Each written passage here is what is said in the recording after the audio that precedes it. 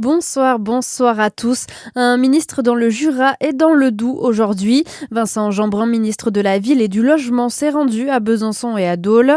Un déplacement dans le cadre du plan Relance Logement. Il a commencé la journée à la Maison de l'Habitat où il était attendu pour une table ronde.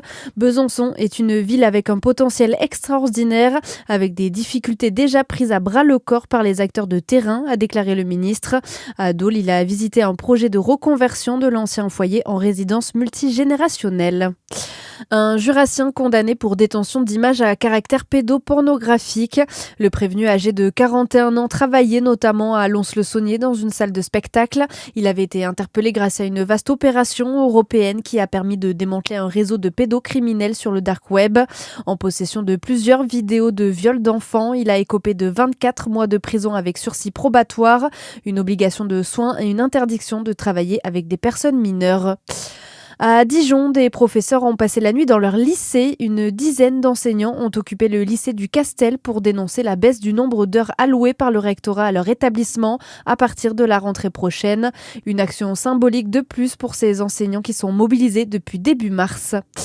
Beaucoup de monde sur la route dès aujourd'hui. Bison futé voire rouge dans toute la France pour ce premier jour du week-end prolongé de Pentecôte.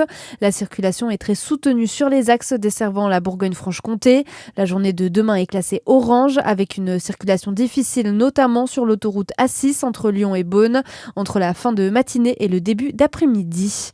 Dans le reste de l'actualité, c'est officiel. Gabriel Attal s'est lancé dans la course à l'Élysée.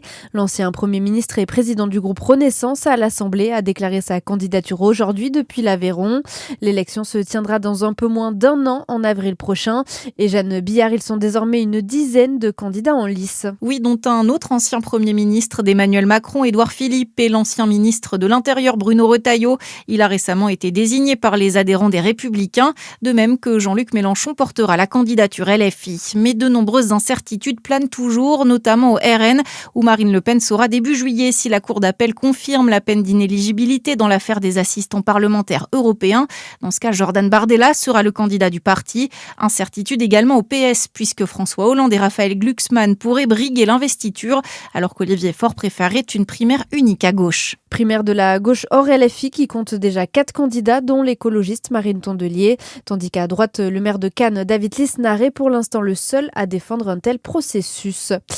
Et puis la programmation du concert de rentrée Lalalibe est désormais connue. La ville de Dijon a annoncé aujourd'hui 10 noms, parmi eux Lilywood and the Prick, Kezia Jones ou encore Casius. 20 000 spectateurs étaient présents l'année dernière. Voilà pour l'actualité, à suivre la météo sur Fréquence Plus.